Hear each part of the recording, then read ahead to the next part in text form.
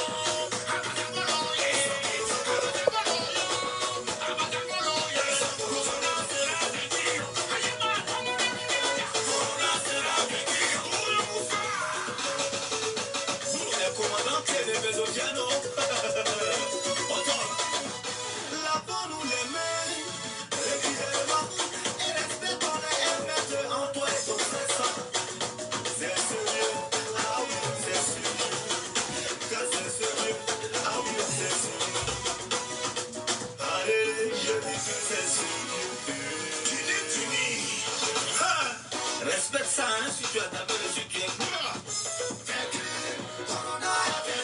Côte d'Ivoire, le monde entier va se vaincre. Les fabricants de tout le Corona à cause de toi, les enfants d'Agopo. Corona à cause de toi, les enfants de Koumassi. Ils sont confinés, la faim va nous tuer. On te dit, nous sommes ici, en Côte d'Ivoire. Juillet vaincu. Après de Corona, c'est bien après des partis politiques. Après de Corona, c'est bien après des religions. Moussa c'est mon corps, Kita, Moussa c'est mon corps. Oui, vraiment, oui, ça peut cesser.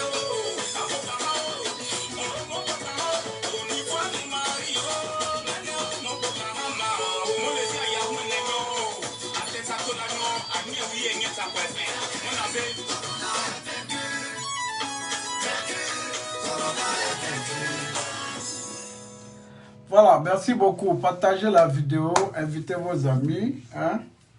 Et je voudrais, comme je vous ai dit, hein, qu'on allait décortiquer ensemble la communication que le commandant Abdoulaye Fofana a eu à faire aujourd'hui. Parce que certains cyberactivistes RHDP, en l'occurrence un certain Zasso Patrick, hein, si je me rappelle, je pense que c'est son nom, qui ne comprend pas la langue de Molière. Voilà, et il se met dans un dilatoire. Ce que je voudrais vous dire, allez-y dire à Zasso que quand lui il vient s'asseoir pour dire au commandant Abdoulaye Fofana que c'est un déserteur de l'armée ivoirienne et défend aujourd'hui le régime d'Alassane Ouattara, je voudrais lui dire que Zasso n'est pas compétent. Zasso n'est pas compétent, il n'est pas qualifié. Et je vais vous expliquer pourquoi.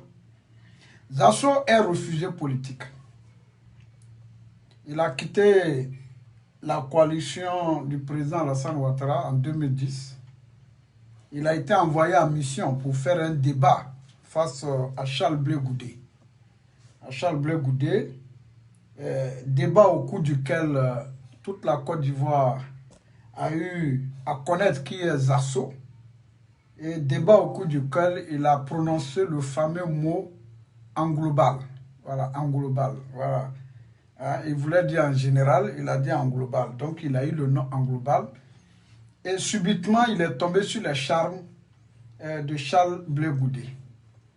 Et après, il allait dire dans un meeting à la place de l'indépendance au plateau, à la grande place, au grand rassemblement, l'un des derniers grands rassemblements que le FPI a eu à faire pendant la présidentielle de 2010, où la foule a scandé que Zasso était délivré. Voilà, que Zasso était délivré. Voilà, donc ça c'est quand même bon qu'on le sache, c'est quand même bon qu'on rappelle pour expliquer un peu aux Ivoiriens qui est Zasso Dagrou Patrick. Voilà, je pense que c'est son nom. Qui est Zasso Patrick? Parce que je vais vous expliquer comment le statut de réfugié politique de Zasso en global n'a plus son sens. N'a plus son sens. Et la Suisse devait quand même commencer à se poser la question, parce que ce monsieur ne travaille pas en France. Il ne travaille pas en France.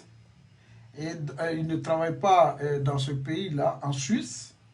Il vit du social. Et je pense que, étant celui-là même qui défend le régime d'Abidjan aujourd'hui, il est l'homme maintenant le mieux placé aujourd'hui pour rentrer en Côte d'Ivoire. Parce qu'il n'y a plus de raison.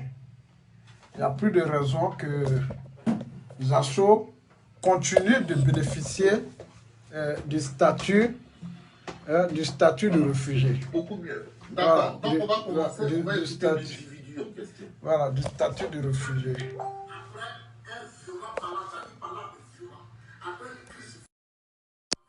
Voilà.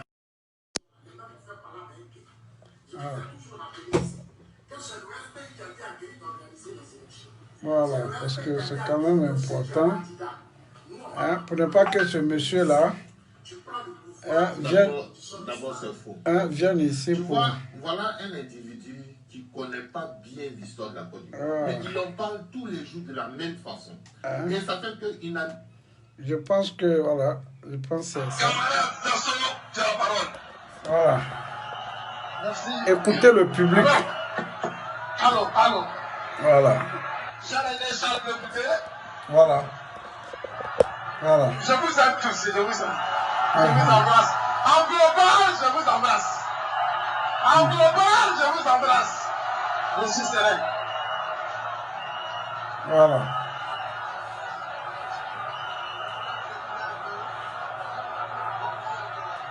Merci. En global.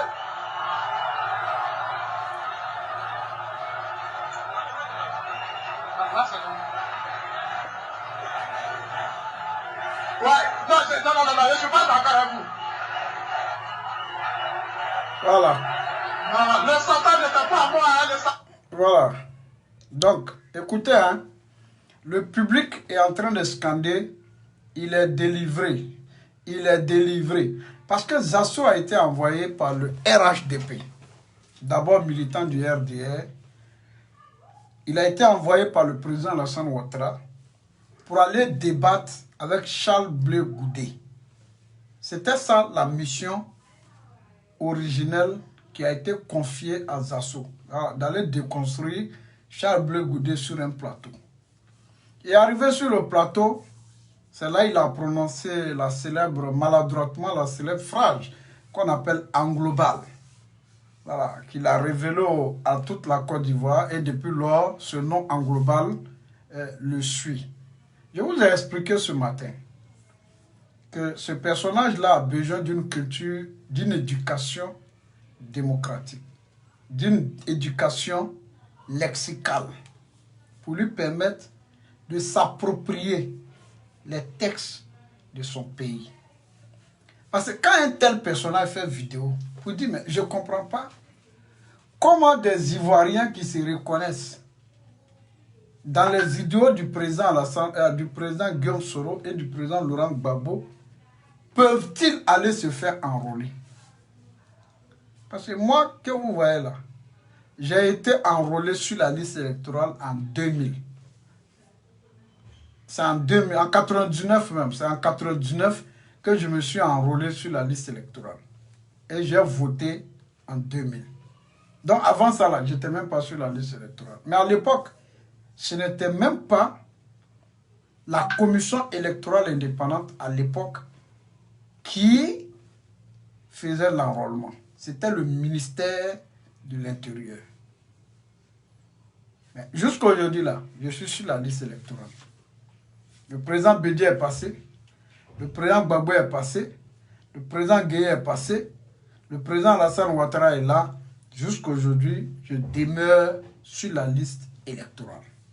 C'est pour expliquer le caractère apolitique de l'enrôlement. On aura tout à l'heure le temps de vous expliquer. Mais je vais vous présenter d'abord le personnage qui, au lieu d'aller déconstruire le FPI, a carrément changé de camp.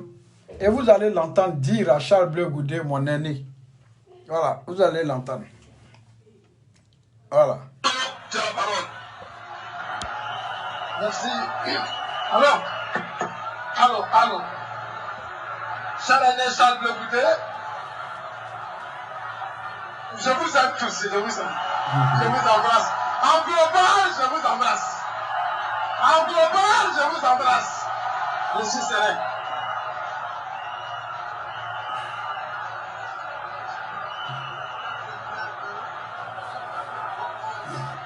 Merci. En global,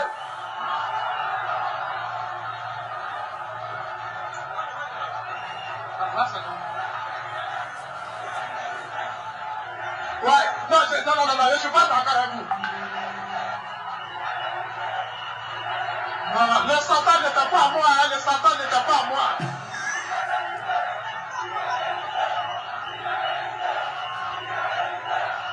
D'accord, je suis d'accord avec ça. J'accepte ça.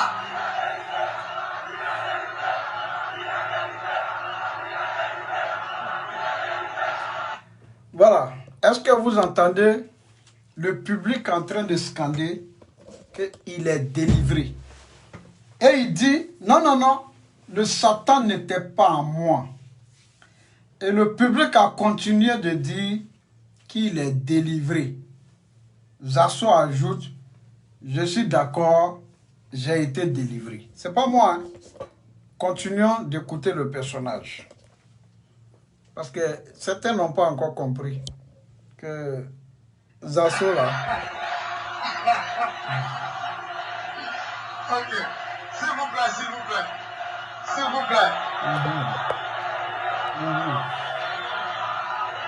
Alors, il est d'accord, et vous avez raison, il est délivré. Donc maintenant, il va vous parler. Écoutez-le attentivement, s'il vous plaît. Est-ce qu'on peut l'écouter?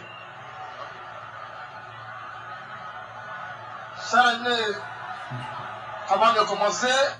Bon, vous avez un peu... Je ne sais pas si vous suivez, hein, parce que moi, au fait, je veux vous présenter le personnage, Zasso. Et c'est en cela que je suis déçu de la lutte aujourd'hui du RNDP. Parce que je peux comprendre hein, que on peut se faire palabre, on peut se fâcher. Mais il y a des personnages là qu'il ne faut pas utiliser dans son combat. Il y a des personnages qui ne doivent pas jouer un rôle. Parce que ça enlève à votre combat toute sa légitimité. Parce qu'il y en a qui nous disent ici, oh honte à vous.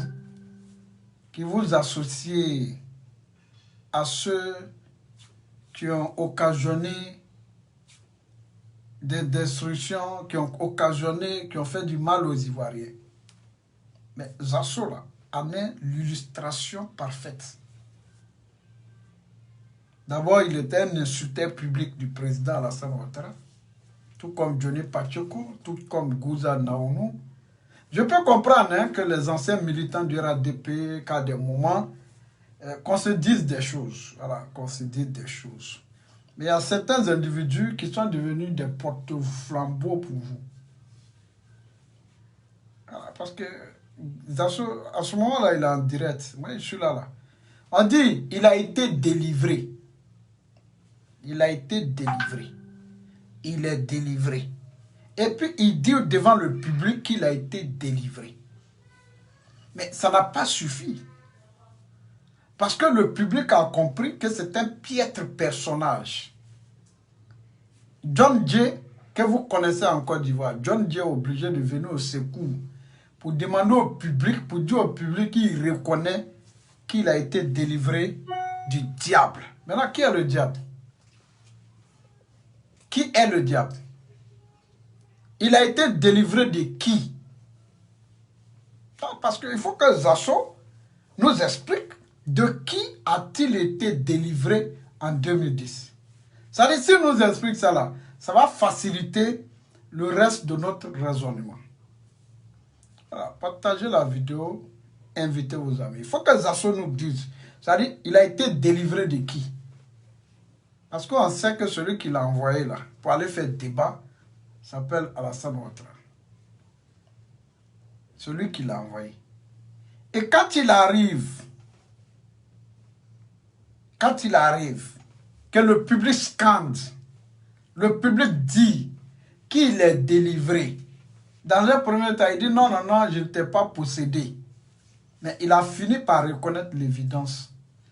Il a fini par reconnaître qu'il était possédé par le diable. Il faut que Zasso nous dise quel est le diable qui était en lui.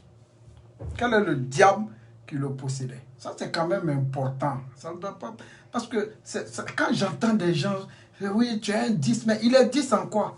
Quelqu'un qui dit qu'il était possédé par le diable, sans être en mesure de dire aux Ivoiriens quel est le diable qu'il avait possédé. Je vais vous laisser parce que je vais vous montrer plusieurs choses avant d'arriver sur le discours du commandant Abdoulaye Fofana. On va continuer. Je voudrais d'abord remercier mon cher frère Charles Blé Goudé. Par la suite, un remerciement particulier à son Excellence M. Laurent Gbagbo, chef de l'État et candidat aux élections présidentielles. Et c'est pour écouter maintenant. Vous avez dit que je suis délivré. Attendez que je vous dise pourquoi je suis délivré. Voilà. Voilà.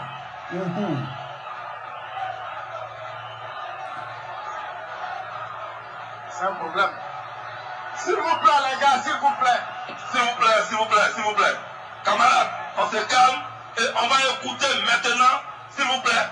On va écouter maintenant le message de Zasso. Calmez-vous et écoutez-le. Oh, s'il te plaît. En 2 minutes, on l'écoute. Merci beaucoup. Ok.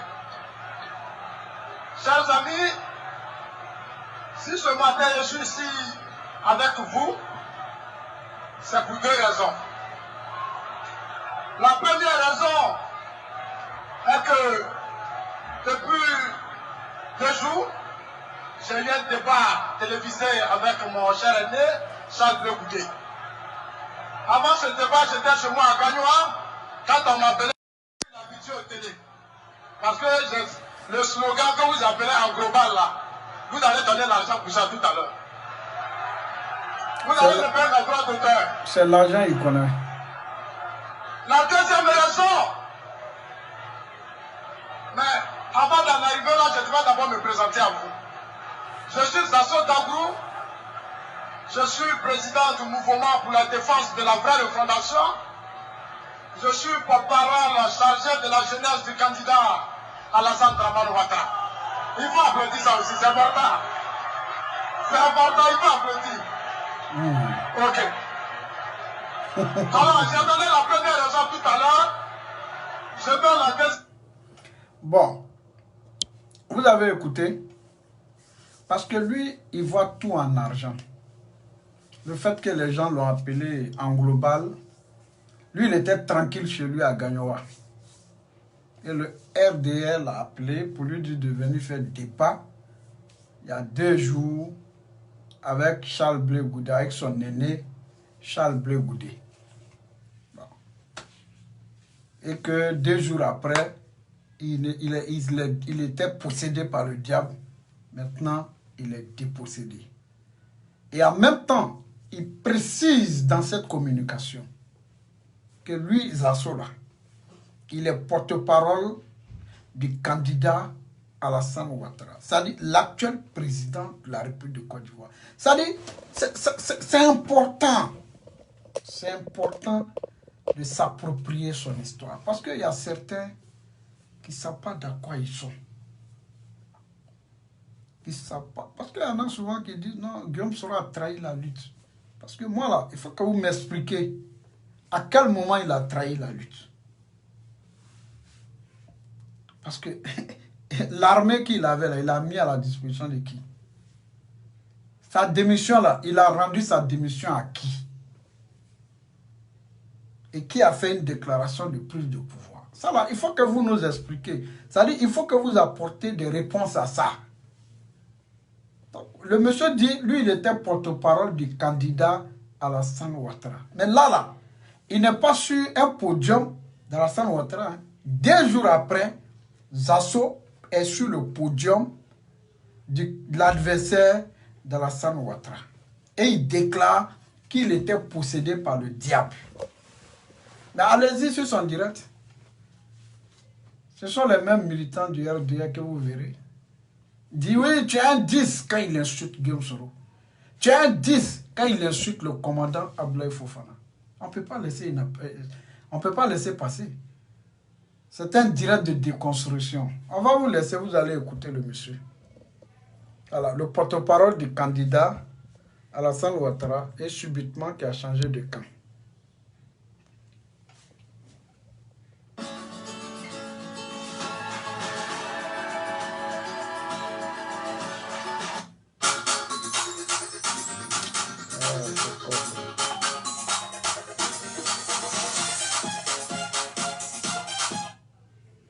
C'est qu'elle a fait ça.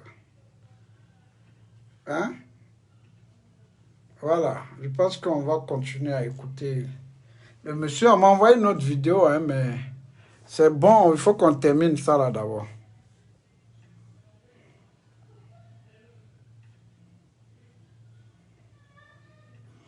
Voilà, permettez qu'on termine ça.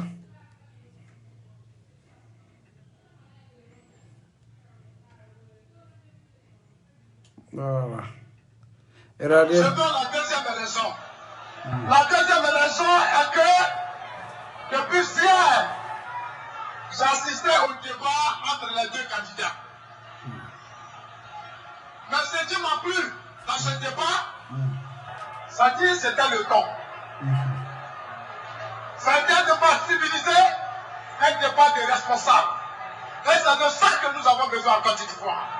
C'est de ça que la jeunesse a besoin aujourd'hui.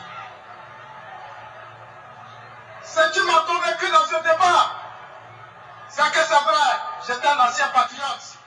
Ce combat que vous avez mené, j'ai commencé ça avec vous. Ah, ok, d'accord. Beaucoup diront peut-être que Zasso a trahi la lutte à 48 heures de la décision finale. Non, je n'ai rien trahi. Je suis ce que je suis. Voilà. Je n'ai pas trahi de lutte. Je vous donne... Voilà. Est-ce que vous comprenez bien? Au fait, au départ, Zasso était jeune patriote. Donc, il était le président même du mouvement pour la défense de la vraie refondation. Voilà, c'est un mouvement pour manger. Donc, il dit le combat avec les jeunes patriotes, là, lui, Zasso, là, il a commencé, il était au début. Il y a beaucoup qui vont dire qu'il a trahi, mais lui n'a pas trahi. Mais comment Zasso devient porte-parole du candidat Alassane Ouattara. Il explique encore que l'une des raisons pour laquelle il a décidé de rejoindre le président Laurent Gbagbo, c'était le ton lors du débat entre le candidat Alassane Ouattara et le candidat Laurent Gbagbo. Voilà, parce qu'il y en a qui veulent réinventer l'histoire. Heureusement que YouTube est là pour nous rappeler tout ça. Et il trouve que Gbagbo avait le bon ton qu'est Alassane Ouattara. C'est ce Zasso-là qui veut venir parler du commandant Fofana. Zasso, on est ensemble. On va continuer à écouter M. Zasso. Présenter toutes mes excuses à ceux qui m'ont aimé de l'autre côté. Je voudrais présenter toutes mes excuses au docteur Alassane Dramane Ouattara.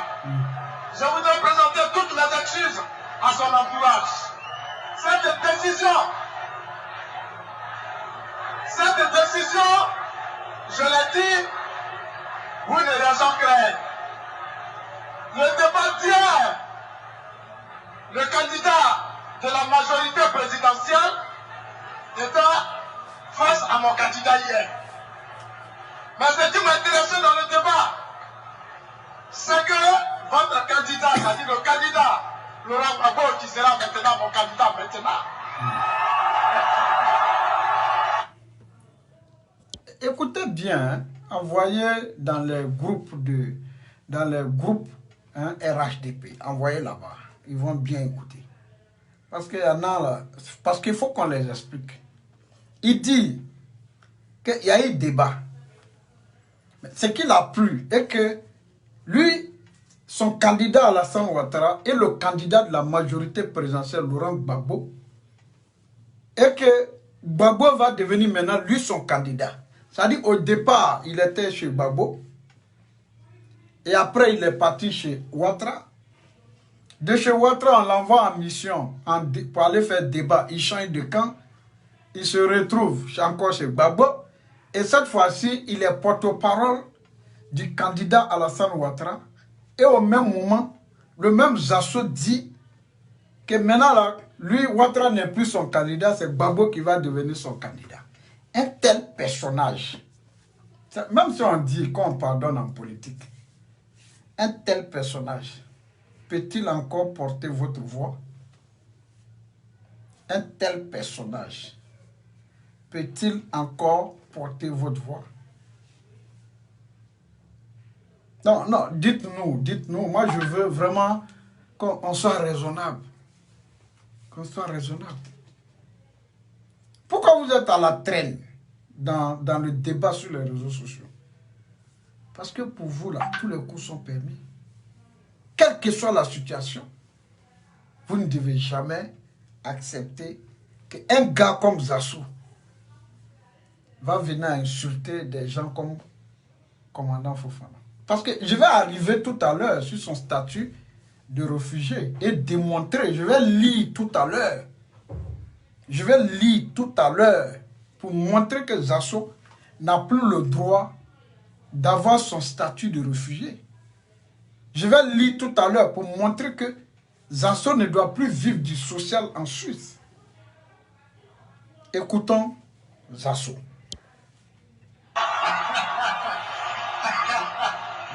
Le candidat Laurent Gbagbo, non, il faut que vous sachiez que s'il est là, moi aussi j'étais là, j'étais à sa résidence pendant 3 mois.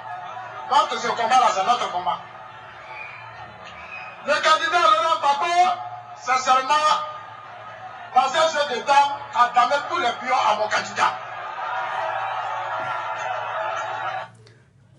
Bon, est-ce que vous avez entendu parler? Je vais faire retourner pour vous permettre de bien comprendre ce que Zasso a dit. Là, je ne vais pas vous couper. J'explique. Là, quand vous arrivez, ah, c'est ça il a dit, ah, c'est ça il a dit. Zasso dit, pourquoi lui, Zasso, on l'envoie pour aller faire débat contre Blé Goudé, il tombe sur le champ de Blé Goudé. Mais pourquoi lui, il a décidé de changer de camp? Parce que le débat entre Alassane Ouattara et Laurent Gbagbo a damé le pion à son candidat Alassane Ouattara. Donc pour ça, lui, il change. Gbagbo devient son candidat. C'est ça, le personnage Zasso. Et c'est des gens comme ça qui portent malheureusement la voix de notre RHDP aujourd'hui. Écoutez. Dans le style, dans le temps, dans le style, dans le comportement. Donc il dit que Gbagbo était plus stylé qu'Alassane. Que Alassane là, vraiment, il n'était pas stylé. Bon, je ne vais pas... Parce que rentre dans ça là, c'est comme si, bon, vraiment, il dit Gbagbo, Alassane n'est pas stylé. Voilà, qui porte les grosses vestes, il porte les pantalons sautés. C'est ça qu'il est en train de dire. Que Gbagbo était stylé. Gbagbo, voilà, il savait se porter, il savait faire le gestuel, il savait parler. Et puis le ton, sa manière de s'exprimer. Voilà, pour Ouattara, là, quoi, on ne pouvait pas comparer. C'est ça Zasso est en train de dire du président Alassane Ouattara. Parce que l'histoire, là, l'histoire est pédagogique. Et l'histoire nous permet de nous remémorer, de nous réactualiser. C'est important. On va continuer à écouter. Sincèrement, il m'a convaincu hier. Dans son programme, il m'a convaincu sur tous les points. C'est vrai qu'au départ, je n'étais pas d'accord. Mais il a réussi à me rassurer. En réalité, si les choses n'ont pas avancé, c'est parce que réellement, il y avait des problèmes. Chers amis, Monsieur le Président, sachez que nous sommes d'accord avec tout ce que vous avez dit hier. Nous sommes votre jeunesse. Nous sommes vos enfants. Nous ne sommes pas fâchés. Je nous répétais, quand le rat rentre dans un trou et qu'il veut qu'il sorte, il faut mettre du feu. J'ai mis du feu sans le goûter à sortir. C'est ça aussi qui est la vérité. Il faut applaudir ça. Oui, il faut être dans l'opposition, mais j'étais dans l'opposition. J'ai attaqué. Comme Dieu est Dieu, ce soir nous sommes là. Je voudrais en même temps profiter au nom de tous mes amis, tous ceux qui m'ont aimé de l'autre côté, leur dire, l'heure n'est plus à la comédie, l'heure n'est plus à la passion, l'heure n'est plus aux émotions. Ce dont il s'agit aujourd'hui, comment faire pour sauver la vie de la jeunesse ivoirienne. Parce que moi-même je suis jeune. Monsieur le Président, Charles Blegoudé, j'ai décidé de soutenir le président, comme je l'ai dit, d'abord pour la jeunesse ivoirienne. Oui, pendant des années, nous avons mené un combat. Mais arrivé à un certain moment, j'ai fait le constat. La jeunesse, cette jeunesse qui s'est battue pendant des années, j'ai estimé que cette jeunesse n'avait pas véritablement sa vraie place. C'est comme ça que j'ai pris ma position. Aujourd'hui, le président m'a rassuré. Je suis fier. Mais je prie Dieu et je souhaite que pour ce deuxième mandat, la jeunesse soit la priorité, Monsieur le Président, de votre deuxième mandat. La jeunesse soit la priorité de votre deuxième mandat. Chers amis, que Dieu vous bénisse. Que Dieu bénisse la Côte d'Ivoire. Je m'arrête là. Au revoir. Bon, je vais faire retourner maintenant sans couper. Voilà. Je vais faire retourner sans couper. Allô. Cher aîné Charles Blegoudé, je vous aime tous, je vous aime. Je vous embrasse. En global, je vous embrasse. En global, je vous embrasse. Je suis serein.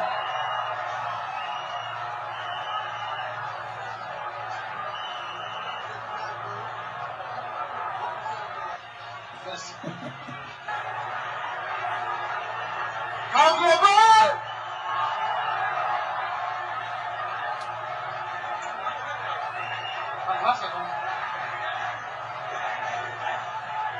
ouais, non, je ne suis pas d'accord avec vous.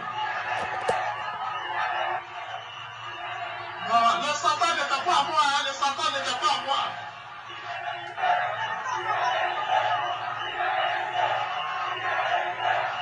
D'accord, je suis d'accord à ça. J'accepte ça.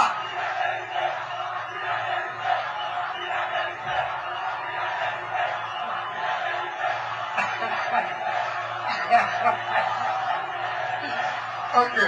S'il vous plaît, s'il vous plaît. S'il vous plaît.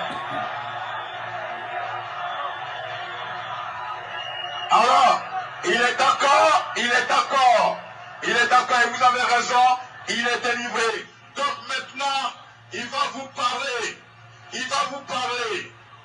Écoutez-le attentivement, s'il vous plaît. Est-ce qu'on peut l'écouter? Chers amis, avant de commencer, je voudrais d'abord remercier mon cher frère Charles Bouquet. Regarde sa chemise. Par la suite, un remerciement particulier à son Excellence M. Laurent Gbagbo, chef de l'État et candidat aux élections présidentielles. Et c'est pour écouter maintenant. Vous avez dit que je suis délivré. Attendez que je vous dise pourquoi je suis délivré. Voilà.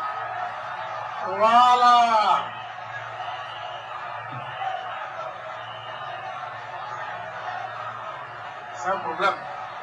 S'il vous plaît, les gars, s'il vous plaît. S'il vous plaît. Camarades, on se calme et on va écouter maintenant, s'il vous plaît. On va écouter maintenant le message de Zasso. Calmez-vous et écoutez-le. Oh, s'il te plaît. En 2 minutes, on l'écoute. Merci beaucoup. Ok. Chers amis, si ce matin je suis ici avec vous, c'est pour 2 raisons. La première raison est que depuis 2 jours, j'ai eu un débat télévisé avec mon cher aîné, Charles Bouquet. Avant ce débat, j'étais chez moi à Gagnois, quand on m'appelait de venir faire un débat avec mon frère. Lui, sa force, c'est qu'il est habitué aux télé. Parce que le slogan que vous appelez en global là, vous allez donner l'argent pour ça tout à l'heure. Vous allez me prendre la droit d'auteur. La deuxième raison, mais avant d'en arriver là, je dois d'abord me présenter à vous. Je suis Zasso Dagrou, je suis président du mouvement pour la défense de la vraie refondation.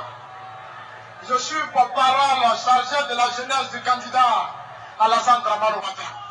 Il faut applaudir ça aussi, c'est important. C'est important, il faut applaudir.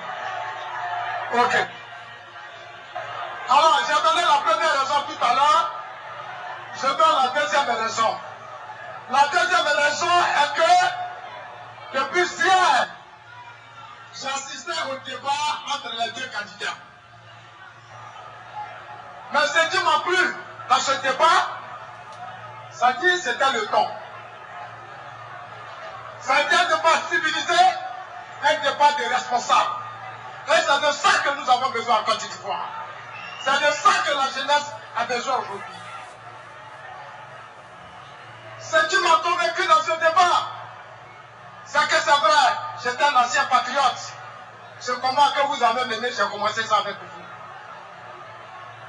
Beaucoup diront peut-être que Zasso a trahi la lutte à 48 heures de la décision finale. Non, je n'ai rien trahi. Je suis ce que je suis. Je n'ai pas trahi de lutte. Je voudrais présenter toutes mes excuses à ceux qui m'ont aimé de l'autre côté. Je voudrais présenter toutes mes excuses au docteur Alassane Dramane Ouattara. Je voudrais présenter toutes mes excuses à son entourage. Cette décision, je l'ai dit, pour une raison claire. Le débat d'hier, le candidat de la majorité présidentielle était face à mon candidat hier. Mais ce qui m'intéressait dans le débat, c'est que votre candidat, c'est-à-dire le candidat Laurent Gbagbo, qui sera maintenant mon candidat maintenant.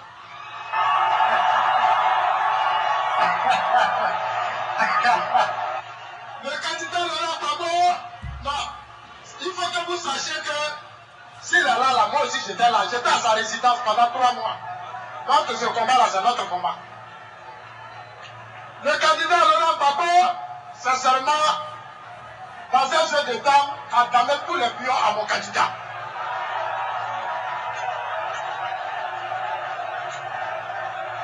Dans le style, dans le temps,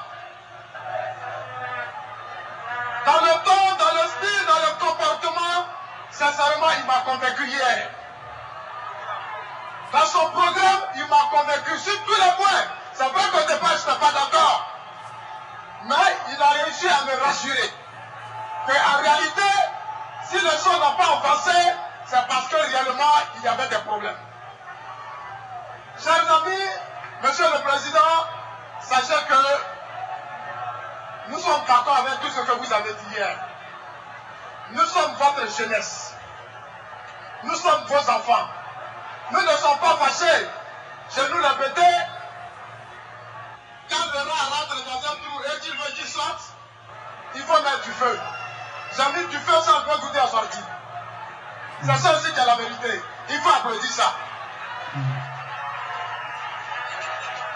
Oui, il faut être dans l'opposition. Donc j'étais dans l'opposition. J'ai attaqué. Comme Dieu est Dieu, ce soir nous sommes là. Je voudrais en même temps profiter au nom de tous mes amis, tous ceux qui vont mettre de l'autre côté, leur dire, l'heure n'est plus à la comédie, l'heure n'est plus à la passion, l'heure n'est plus aux émotions. Ce dont il s'agit aujourd'hui, comment faire pour sauver la vie de la jeunesse ivoirienne. Parce que moi-même je suis jeune. Monsieur le Président, Charles Blegoudé, j'ai décidé de soutenir le président, comme je l'ai dit, d'abord pour la jeunesse ivoirienne. Oui, pendant des années, nous avons mené un combat. Mais arrivé à un certain moment, j'ai fait le constat. La jeunesse, cette jeunesse qui s'est battue pendant des années, j'ai estimé que cette jeunesse n'avait pas véritablement sa vraie place. C'est comme ça que j'ai pris ma position. Aujourd'hui, le président m'a rassuré. Je suis fier. Mais je prie Dieu et je souhaite que pour ce deuxième mandat, la jeunesse soit la priorité, Monsieur le Président, de votre deuxième mandat. La jeunesse soit la priorité de votre deuxième mandat. Chers amis, que Dieu vous bénisse. Que Dieu bénisse la Côte d'Ivoire. Je m'arrête là. Au revoir. Ok. Je voudrais vous présenter encore une autre vidéo avant de poursuivre notre intervention. Voilà, parce qu'il faut déjà placer le personnage. Et quand vous aurez cette occasion, vous comprendrez aisément que ce n'est pas de l'amusement.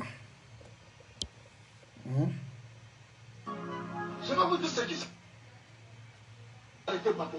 L'ordre avait été donné par la centre Draman Ouattara d'assassiner Gbagbo. Mais à la dernière minute, quand ils sont arrivés à la résidence, ils ont été confondus entre eux. Parce que Dieu a joué son rôle. Moi, j'ai les informations, parce que j'ai des amis au RD. Auprès de Ouattara, des gens qui m'aiment, qui me disent des choses. Gbagbo devait être assassiné au golf. Parce que les gens n'étaient pas d'accord qu'on amène Gbagbo vivant. L'objectif où il fallait libérer Gbagbo, et on n'en parle plus. On ne devait plus parler de cette histoire de Gbagbo. Et ça les permettre de gouverner tranquillement. Malheureusement, Gbagbo n'est pas mort. Je ne suis pas un partisan de la violence. Je n'aime pas trop la violence. Voilà, il fallait souvent organiser des manifestations où on voulait me mettre à la tête, où il fallait casser les bus et tout ça, on ne s'entendait pas du tout. Et j'ai été radié de la direction de campagne à l'audience. Je vais vous dire ce qui s'est passé. Quand les gens sont allés arrêter Gbagbo, l'ordre avait été donné par la centre Draman Ouattara d'assassiner Gbagbo. Mais à la dernière minute, quand ils sont arrivés à la résidence, ils ont été confondus entre eux. Parce que Dieu a joué son rôle. Moi, j'ai les informations, parce que j'ai des amis au RD. Auprès de Ouattara, des gens qui m'aiment, qui me disent des choses. Gbagbo devait être assassiné au golf. Parce que les gens n'étaient pas d'accord qu'on amène Gbagbo vivant. L'objectif où il fallait libérer Gbagbo, et on n'en parle plus. On ne devait plus parler de cette histoire de Gbagbo. Et ça les permettre de gouverner tranquillement. Malheureusement, Gbagbo n'est pas mort. Je ne suis pas un partisan de la violence. Je n'aime pas trop la violence. Voilà, il fallait souvent organiser des manifestations où on voulait me mettre à la tête, où il fallait casser les bus et tout ça, on ne s'entendait pas du tout. Et j'ai été radié de la direction de campagne à l'audience. Bon, vous avez suivi un peu. Je vais maintenant vous faire voir hein, le thème principal même de notre direct d'aujourd'hui.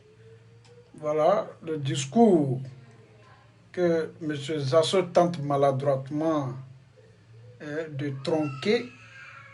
Hein, je vais vous faire écouter. Hein, je vais vous faire écouter ce discours-là. Et ensemble, très rapidement, on va faire une analyse. Voilà.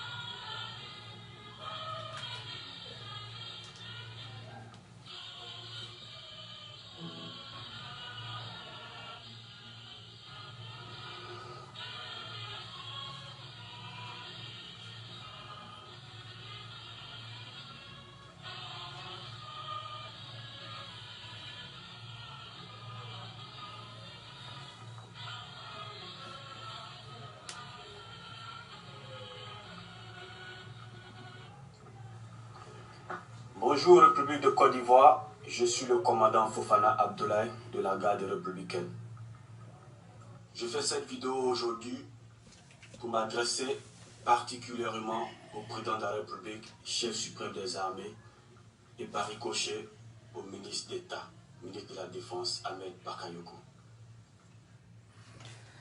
Bon, ça c'est déjà l'introduction de l'adresse que le commandant Abdoulaye Fofana a eu à faire à la République. Il a réitéré que le président de la République est le chef suprême des armées. Il a aussi dit qu'il allait s'adresser au ministre de la Défense nationale de Côte d'Ivoire. Donc, vous allez voir que du début de son intervention jusqu'à la fin, à aucun moment, il n'a daigné manquer du respect aux hautes autorités militaires et politiques du pays. Donc on va l'écouter religieusement et ça va permettre à chacun de se faire sa propre idée de cette intervention. Voilà.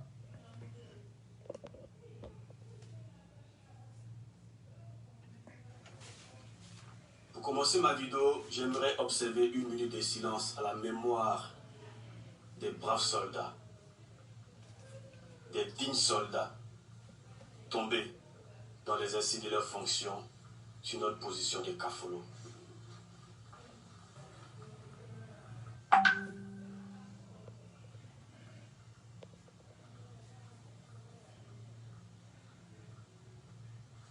Merci.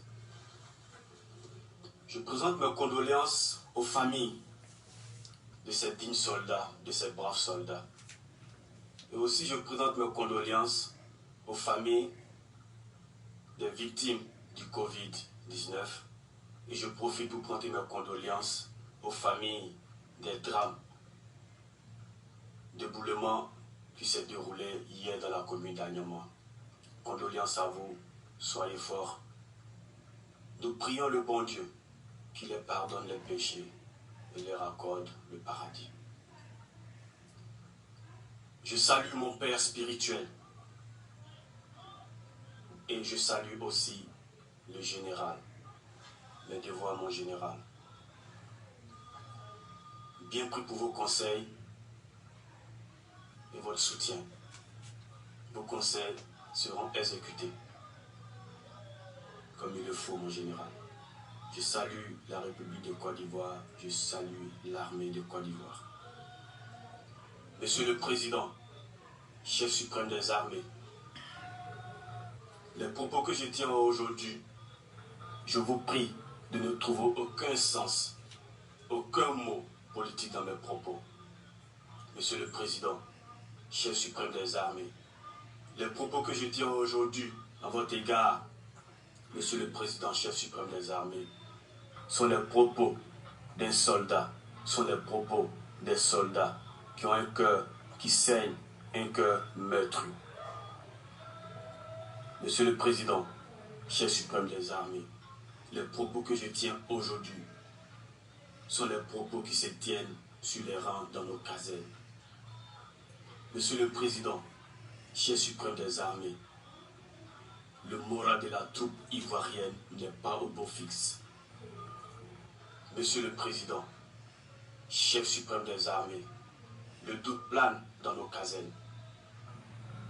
Monsieur le Président, chef suprême des armées, souffrez de mes propos. Monsieur le Président, chef suprême des armées, l'armée se demande si vous appréciez notre concours dans la sécurisation du territoire ivoirien.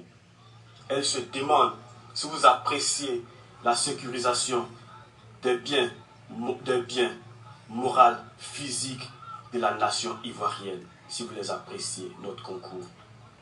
Monsieur le Président, chef suprême des armées, l'armée se demande si vous appréciez les honneurs militaires qui vous sont rendus dans les aéroports lors de vos déplacements ou lors de l'accueil de vos homologues chefs d'État. Monsieur le Président, chef suprême des armées, l'armée se demande si vous appréciez les honneurs militaires qui vous sont rendus pendant les fêtes de l'indépendance de notre République, la Côte d'Ivoire, c'est-à-dire le 7 août. Monsieur le Président, l'armée ivoirienne se demande si vous appréciez le concours dans la sécurisation de vos résidences, dans la sécurisation des palais présidentiels, dans la sécurisation de votre cortège. Elle se pose plusieurs questions, Monsieur le Président. Si votre réponse est oui, Monsieur le Président, l'armée ivoirienne vous invite, vous exhorte à assumer la responsabilité et tout ce qui va avec. Monsieur le Président, chef suprême des armées, si votre réponse est non, elle comprendra votre silence face aux attaques sur notre position de Kafolo. Monsieur le Président, l'armée s'en souvient comme si c'était hier. Le vacarme, le boucan que vous avez fait avec votre homologue, le président de la République de France, M. Macron, lors de l'hommage rendu aux 9 militaires tués à Abouaké en 2004, l'armée s'en souvient et elle se pose une question. Pourquoi un silence sur l'attaque de Kafolo? Monsieur le Président, l'armée s'en souvient de votre hommage rendu à la nation ivoirienne le lundi 14 mars aux événements de l'attaque de Bassam. Les événements qui se produisent le 13 mars à Bassam. Mais pourquoi un silence sur l'attaque de Kafolo, Monsieur le Président? Que cachez-vous, Monsieur le Président? L'armée s'en souvient de votre soutien, de votre adresse à la nation pour le Covid-19. Pourquoi un silence, Monsieur le Président, chef suprême des armées, sur l'attaque de Kafolo? Monsieur le Président, l'armée se pose une question.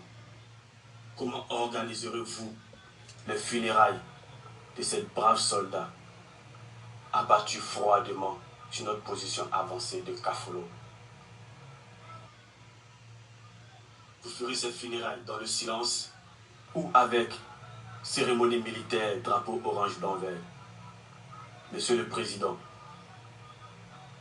l'armée se pose plusieurs questions. Monsieur le Président, chef suprême des armées, l'armée vous regarde. Monsieur le ministre d'État, ministre de la Défense, Ahmed Bakayoko. Monsieur le ministre, l'armée attend votre défense dans cette histoire de drogue. Car cette histoire de drogue ne vous honore pas, ainsi que l'armée de la République de Côte d'Ivoire. Monsieur le ministre, dites-nous quelque chose. Nous attendons votre défense. Monsieur le ministre, assumez vos fonctions du ministre de la Défense. Monsieur le ministre, situez les responsabilités de cette attaque de Kafolo. Monsieur le ministre de la Défense, n'avez-vous pas l'information de cette manœuvre que planifiaient les assaillants sur cette position? Monsieur le ministre de la Défense, donnez des explications à l'armée.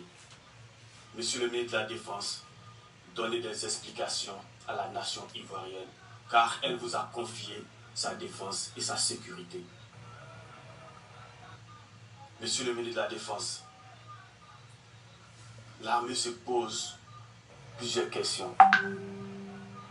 Pourquoi n'avez-vous pas réduit le champ entre la position d'Abidjan et la position de Kafolo, c'est-à-dire positionner nos hélicoptères, acheter, doter à la Côte d'Ivoire pour pareille situation? Vous n'avez pas positionné ces hélicoptères à Kilo, c'est-à-dire à Kourogo, ou à Fostrol, c'est-à-dire à Ferké. Monsieur le ministre de la Défense, pourquoi n'avez-vous pas augmenté l'effectif des positions avancées de Kafolo? Monsieur le ministre de la Défense, pourquoi n'avez-vous pas fait face à la dotation de cette position? Monsieur le ministre de la Défense, nous avons tous vu les photos de ces soldats abattus dans les chambres. Expliquez-nous, monsieur le ministre de la Défense, qu'est-ce qui n'a pas marché? Monsieur le ministre de la Défense, l'armée ivoirienne, la nation ivoirienne se demande où sont passées les armes utilisées pendant les fêtes d'indépendance. Monsieur le ministre de la Défense, à quoi servent cette dissuasion? À quoi servent cette parade d'armes sophistiquées? Monsieur le ministre de la Défense, où sont passées les armes? À quoi servent-ils?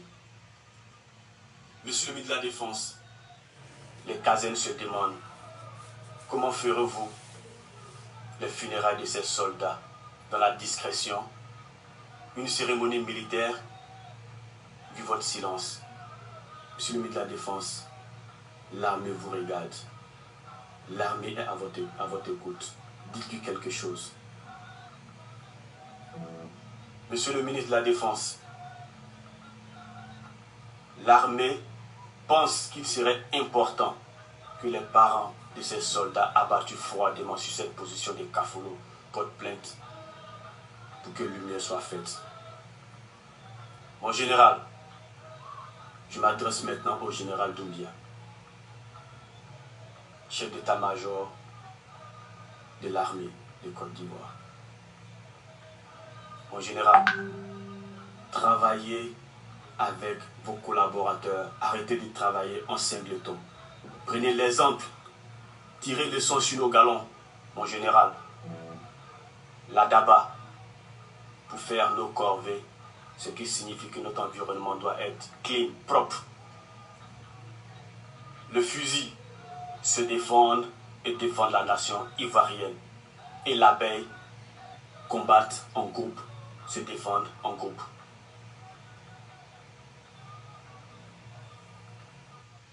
Mon général, j'espère qu'il n'y aura pas un communiqué de l'état-major disant que vous ne vous reconnaissez pas dans mes dits.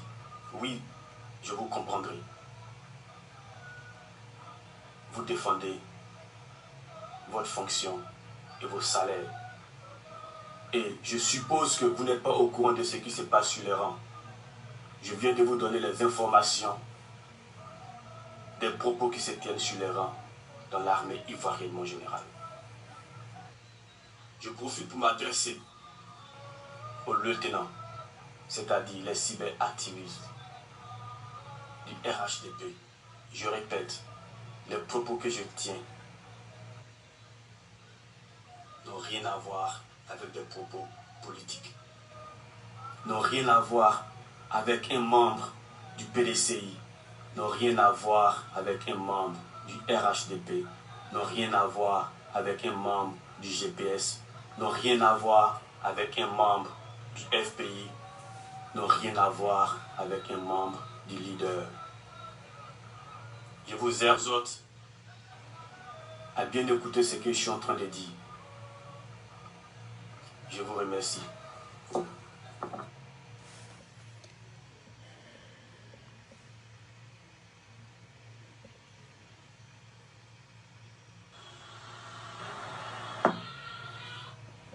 Donc, vous venez d'écouter dans un discours magistral un message adressé avec beaucoup de sens, beaucoup de responsabilité. Parce que, je l'ai dit sur un plateau,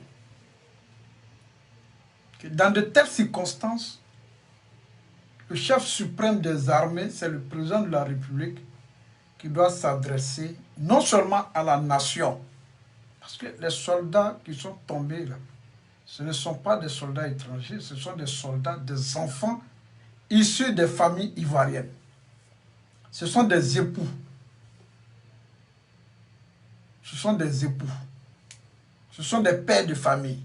Ce sont des cousins. Ce sont des neveux. C'est ça la réalité. Donc, dans de telles circonstances, le président de la République doit s'adresser à la nation. Parce que Covid-19 passé là, le président s'est adressé à la nation. Et là, c'est une occasion pour le président de la République de s'adresser à la nation. Parce qu'il faut tirer les conséquences. 11 de nos soldats ont été tués. 11 de nos soldats ont été tués. Je vais vous présenter un tweet ici.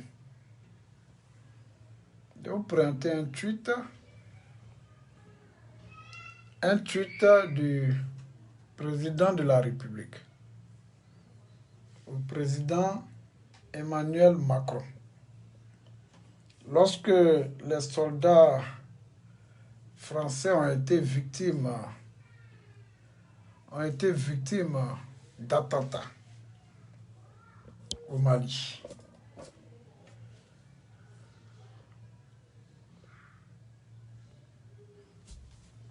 C'était le 26 novembre 2019 à 18 h. Le président de la République, Alassane Ouattara, sur sa page Twitter, j'ai appris avec une grande tristesse le décès de 13 militaires français dans la collision entre 2 hélicoptères de la force Barkhane. Je salue la mémoire de ces valeureux soldats et présente mes sincères condoléances à leur famille, à Emmanuel Macron et également au peuple français.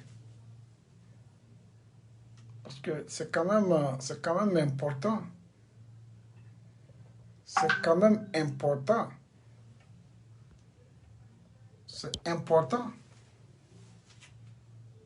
C'est important que vous le sachiez. C'est important. C'est important que le président s'adresse à la nation pour rassurer d'abord la nation. Parce que je l'ai dit, que cette fois-ci, les terroristes, les agressions ont changé de mode opératoire. Dans les autres pays où ce qui s'est passé à Bassam, c'était des populations civiles qui faisaient l'objet d'attaques. C'était des populations civiles qui étaient ciblées. Mais cette fois-ci, c'est l'armée qui est chargée d'assurer notre sécurité. Quand on dit armée, ce n'est pas des civils. Armée, c'est ceux qui ont les moyens militaires. Armée, c'est ceux qui ont suivi des formations militaires pour protéger la nation contre de telles menaces. Parce que quand on regarde le niveau niveau d'entraînement, le niveau de moyens financiers déployés dans le renseignement militaire, dans l'équipement militaire, on ne peut pas avoir été informé de l'imminence d'une telle violence, d'une telle attaque contre les frontières ivoiriennes et ne peut être prêt, ne pas être prêt à répondre à la barbarie, à la gravité d'une telle violence. C'est en cela, sur un plateau, comme le commandant Fofana l'a fait, il a rendu hommage aux soldats tombés au champ d'honneur. On a tous vu que l'endroit où les soldats ont été canardés n'était pas du tout sécurisé. N'était pas du tout sécurisé. C'est une frontière poireuse dont les moyens n'ont pas été déployés. Et la plupart de ces personnes étaient des personnes en train de dormir. Est-ce que ça veut dire qu'ils étaient fatigués?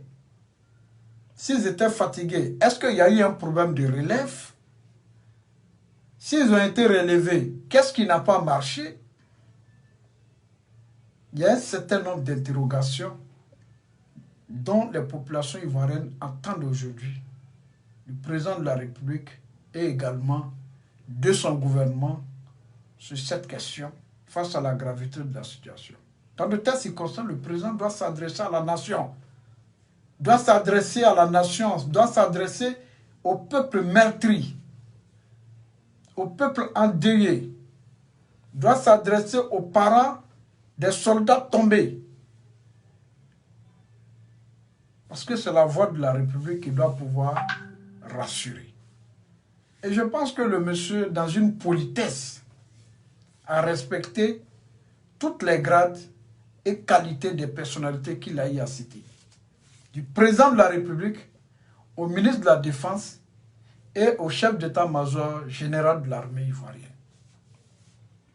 Le président de la République en tant que chef suprême des armées, le ministre de la Défense en tant que supérieur hiérarchique des militaires et le chef d'état-major en sa qualité de responsable des moyens de défense de la République.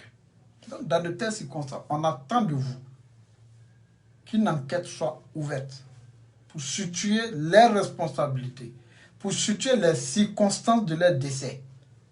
Parce qu'il y a. Parce qu'une semaine avant, on a vu une opération conjointe entre deux pays, entre le Burkina Faso et la Côte d'Ivoire. Et ces opérations conjointes ont conduit à des saisies importantes d'armement de guerre. Et c'était important qu'à ce niveau de la frontière, qu'il y ait un renforcement accru de la sécurité. Et selon les informations que nous avons vues sur les réseaux sociaux, nous coupe le souffle et nous amène à dire qu'il faut absolument qu'une enquête soit ouverte. Que l'enquête puisse déterminer ce qui s'est réellement passé. Donc, le commandant s'est exprimé en tant que soldat. Il s'est exprimé en tant que républicain. Il parlait du moral des troupes. Parce que même le moral du public, du peuple est plus bas. Même moi, en tant que civil, là, notre moral là, est au plus bas. Parce que dans de telles circonstances, c'est au chef de l'État. C'est à lui et à lui seul qui est garant devant le peuple, qui revient la responsabilité de s'adresser à la nation. D'adresser non seulement un message de condoléance à la nation. Et jusqu'à ce jour, je n'ai pas encore vu un communiqué officiel émanant d'un gouvernement étranger. Je n'ai pas encore vu, peut-être ça existe, mais je n'ai pas encore vu. Parce que notre pays est prompt à adresser des condoléances aux autres pays, qui est déjà une bonne chose. Mais nous attendons aussi en retour, quand nous faisons face à de telles attaques, à de telles violences, qu'on ait aussi l'amitié, la fraternité, la solidarité des gouvernements étrangers. C'est quand même important. Et ce discours-là, je pense qu'il n'y a rien à dire.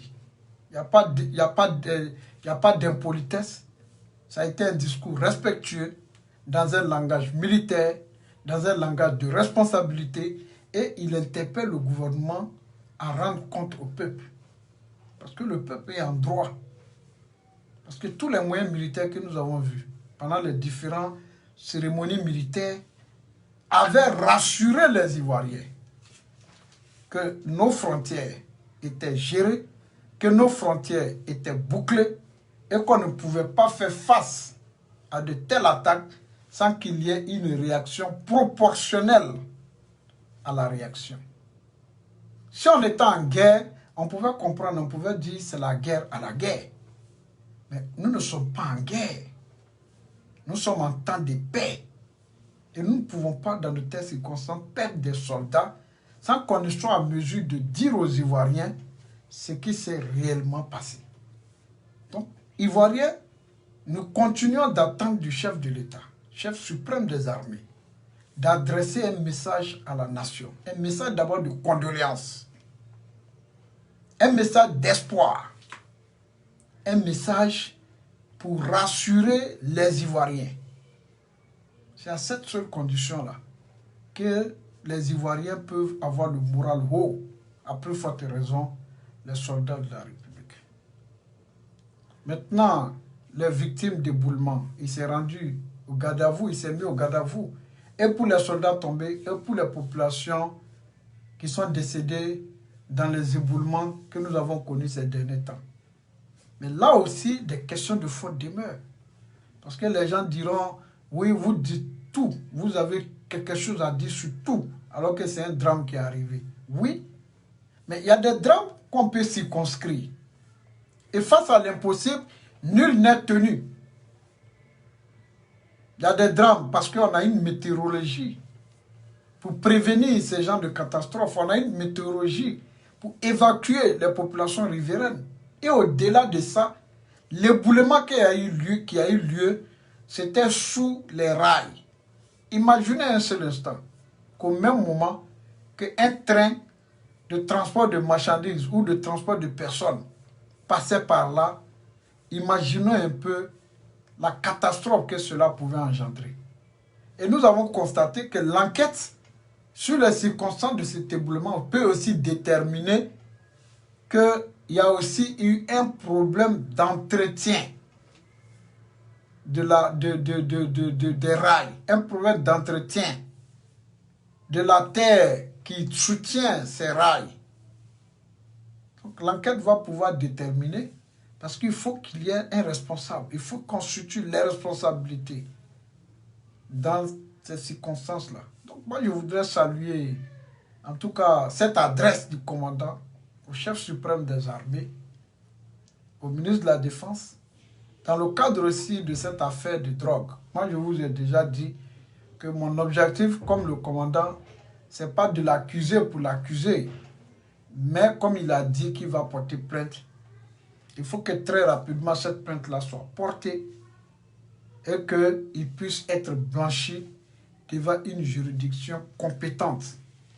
C'est à cette seule condition-là que les gens ne vont pas continuer à ternir son image, les gens pourront continuer à parler de lui, parce que la justice indépendante aura déterminé s'il est coupable ou s'il ne l'est pas. C'est comme ça un homme intellectuel, un homme responsable doit pouvoir agir. Donc, je tenais à vous faire passer cette communication parce que j'ai suivi un peu l'intervention de certains assauts, Patrick, qui s'essayaient à parler du commandant Fofana, mais qui n'arrivent pas à convaincre et qui cherchent à ternir l'image de l'homme comme à l'accoutumée. Il était important pour nous de situer le cadre de son intervention, pour dire que Zasso n'est pas compétent. Zasso n'a pas la qualité nécessaire pour parler du commandant Abdoulaye Fofana. Vous avez vu la tunique, vous avez vu son expression, vous avez vu sa manière de se tenir devant le peuple, de s'adresser à la nation.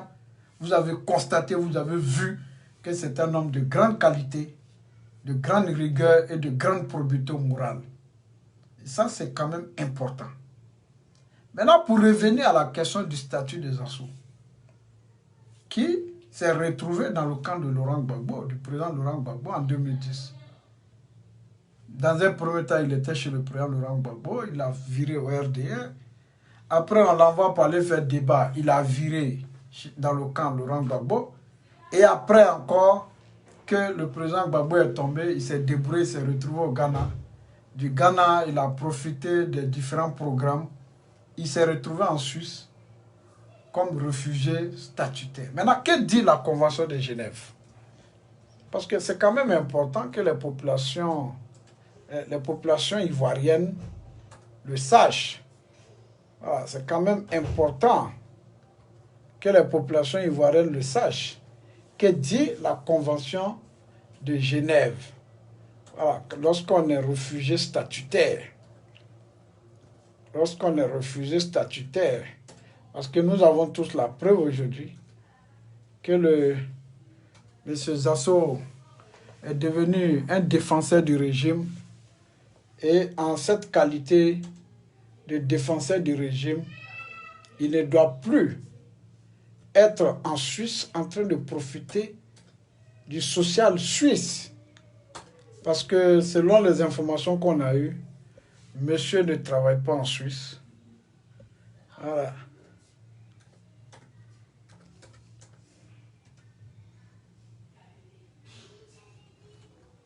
Voilà. Monsieur ne travaille pas en Suisse. Et ensemble, comme il sait aller sur Google, on va aller ensemble, on va l'aider à faire les lectures. Hein? Voilà. Que dit la Convention de Genève?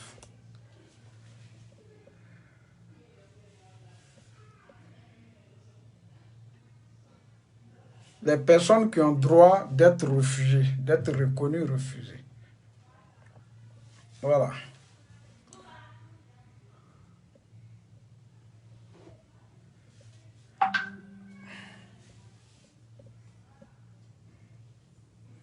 Voilà. Donc, je vais vous montrer. Hein? Voilà, on va lire ensemble. Qui est considéré réfugié? Et ce qu'il convient de faire si vous voulez demander le droit d'asile. Bon, la Russie a signé la convention relative au statut de réfugié en 1992. Attends, je vais mettre Genève.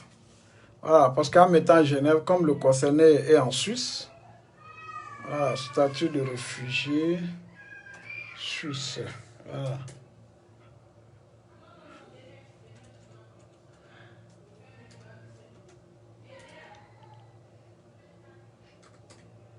Voilà.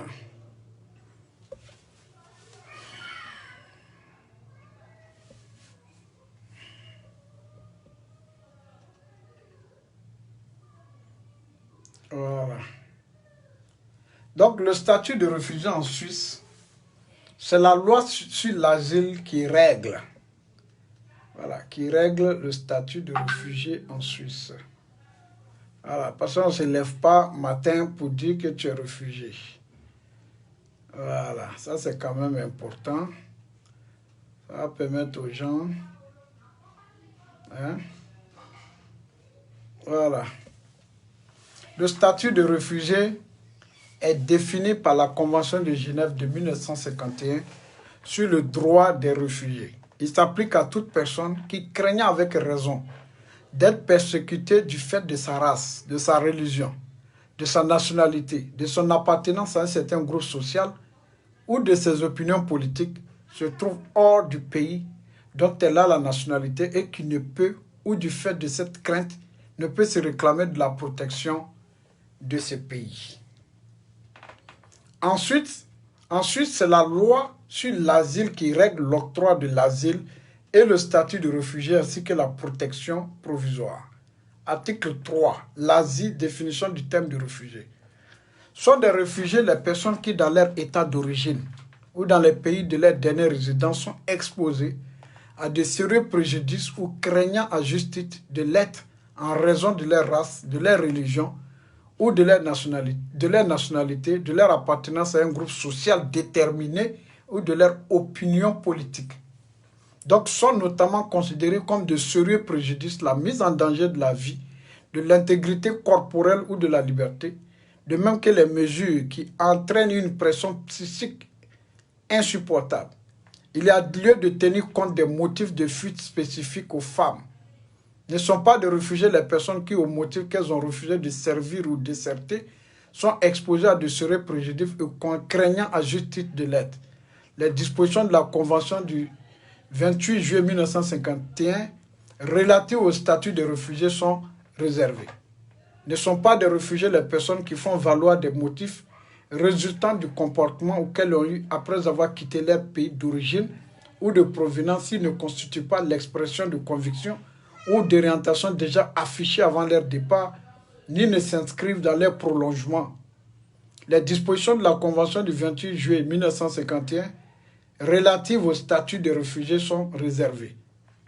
Donc, cette exception a été ajoutée dans le cadre des modifications urgentes sur la loi de l'asile en décembre 2012, confirmée en votation populaire le 9 juillet 2013 par 72,4% des votants. Donc, la question de la désertion comme non-motif de l'asile. Donc, je vous explique ici que M. Zasso n'a plus, voilà, il n'y a plus de raison qu'il continue de jouir du statut de réfugié en Suisse. Dès lors, il n'a plus le droit de continuer de vivre, de jouir de l'asile en France et en Suisse. Et également, il n'a plus le droit de continuer à vivre sous le dos du contribuable suisse. Parce qu'il n'y a plus de raison. Tout dernièrement, il était en Côte d'Ivoire, alors que le statut de réfugié, c'est-à-dire le statut, la Convention de Genève interdit, mais Zasso le sait, à ceux qui s'y rendent sur le territoire ivoirien. Et tout dernièrement, le coronavirus, la fermeture des frontières a trouvé M. Zasso Patrick en Côte d'Ivoire. Il y a des vidéos pour l'attester. Et à partir du moment où tu rentres chez toi, tu rentres dans ton pays d'origine, à partir de ce moment, tu ne peux plus jouir du statut de Genève, du statut de la Convention de Genève. Or, tout dernièrement, monsieur était en Côte d'Ivoire. Il allait également pendant la campagne municipale en Côte d'Ivoire. Il a été en Côte d'Ivoire pendant la campagne municipale et régionale. Les vidéos sont là pour l'attester. Il a fait campagne pour le candidat Fabrice Avignon au plateau. Il a fait campagne pour le candidat Ahmed Bakayoko, candidat du parti au pouvoir à Abobo. Ces vidéos sont là pour attester que monsieur ne peut plus continuer à jouir du statut de réfugié. Parce qu'une chose est d'avoir le statut, et le statut de réfugié t'interdit de retourner dans ton pays d'origine. Il y a des éléments de preuve qui existent, mais les gens ne se sont pas trop intéressés à ça, dans la mesure où on a estimé que tant qu'il n'a pas violé son statut de réfugié, qu'il avait le droit de faire la politique et de dire ce qu'il veut. Mais aujourd'hui, la preuve est faite que ce monsieur qui ne joue plus d'une crédibilité a violé à plusieurs reprises son interdiction par la protection internationale dont il jouit de se rendre dans son pays d'origine. On aura le cas de revenir encore sur cette question davantage avec des éléments encore plus probants sur lesquels nous avons commencé à travailler parce que c'est important. Il y a des gens qui ont besoin de ce statut-là, qui n'en bénéficient pas, et ceux qui enfreignent aux règles du statut dont ils bénéficient continuent de bénéficier de ce statut-là. Et je pense que tout dernièrement, une dame en Suisse avait essayé de nous joindre, qui travaille à la Croix-Rouge, qui voulait en savoir davantage sur ce statut-là. On ne s'est pas sérieusement intéressé à ça, mais on n'avait pas les preuves, les éléments probants pour démontrer que monsieur s'était rendu en Côte d'Ivoire. Mais la dernière campagne électorale, l'événement du Covid-19, il est resté bloqué en Côte d'Ivoire pendant plusieurs mois. Et la preuve évidente qu'il a touché à l'interdiction de se rendre en Côte d'Ivoire. C'est ce monsieur Zasso-là qui vient s'asseoir aujourd'hui pour parler, qui ne respecte même pas les lois des juridictions internationales, qui ne respecte même pas les lois de son pays d'accueil. Et c'est lui aujourd'hui qui va faire vidéo pour parler du commandant Abdoulaye Fofana. Je dis qu'il est mal barré, il est mal placé pour le faire. Et nous venons de mettre à votre disposition toutes les preuves nécessaires. Mais nous n'allons pas nous arrêter là. Nous allons continuer à révéler toute cette situation-là au public et également aux autorités d'accueil de ce monsieur-là pour démontrer clairement qu'il choisit son camp. S'il est dans le pouvoir, qu'il soit dans le pouvoir et les privilèges qui sont liés à son statut, qu'il puisse quand même renoncer à ça. Que ce statut-là puisse être donné à des jeunes frères aujourd'hui qui traversent la Méditerranée au prix de leur vie. Et ça, c'est des éléments sur lesquels nous pensons qu'il faut quand même mettre à la disposition de ces personnes-là de telle sorte que nous puissions être au même niveau d'information, de telle sorte que ceux qui ont besoin véritablement de ce statut soient les véritables bénéficiaires. Merci beaucoup.